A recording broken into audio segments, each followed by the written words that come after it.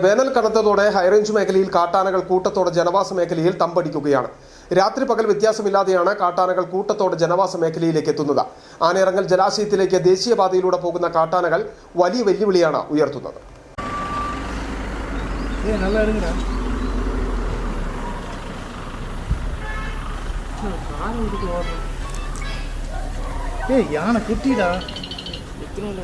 വേനൽ കടുത്തു ജലലഭ്യത കുറയുകയും കാട്ടിൽ തീറ്റയില്ലാതാവുകയും ചെയ്തതോടെ കാട്ടാനകൾ കൂട്ടത്തോടെ കാടിറങ്ങുന്ന സാഹചര്യമാണ്.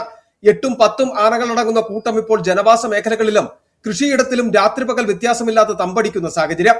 മതികെട്ടാൻചോല മലനിരകളിൽ നിന്നുള്ള കാട്ടാനകൾ കൂട്ടമായി വെള്ളം കുടിക്കാൻ എത്തുന്നത് ആനയിറങ്ങൽ ജലാശയത്തിലേക്കാണ്.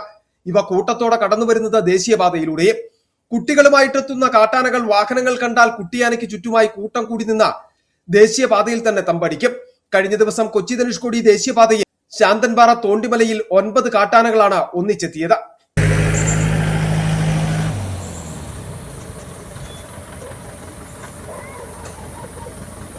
നാട്ടിൽ ഭീതി പരത്തുന്നതിനൊപ്പം കർഷകരുടെ കൃഷിവിളകളും വ്യാപകമായി നശിപ്പിക്കുന്ന സാഹചര്യം നിലനിൽക്കുന്നു.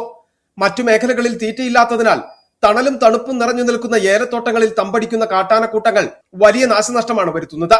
കാട്ടാനകളെ ജനവാസ മേഖലയിൽ നിന്നും തുരത്തുന്നതിനും ജനവാസ മേഖലയിലേക്ക് വീണ്ടും എത്താതിരിക്കുന്നതിനും ശക്തമായ പ്രതിരോധ നടപടി സ്വീകരിക്കണമെന്നതാണ് കർഷകരുടെ ആവശ്യം. City vision, Pooppara.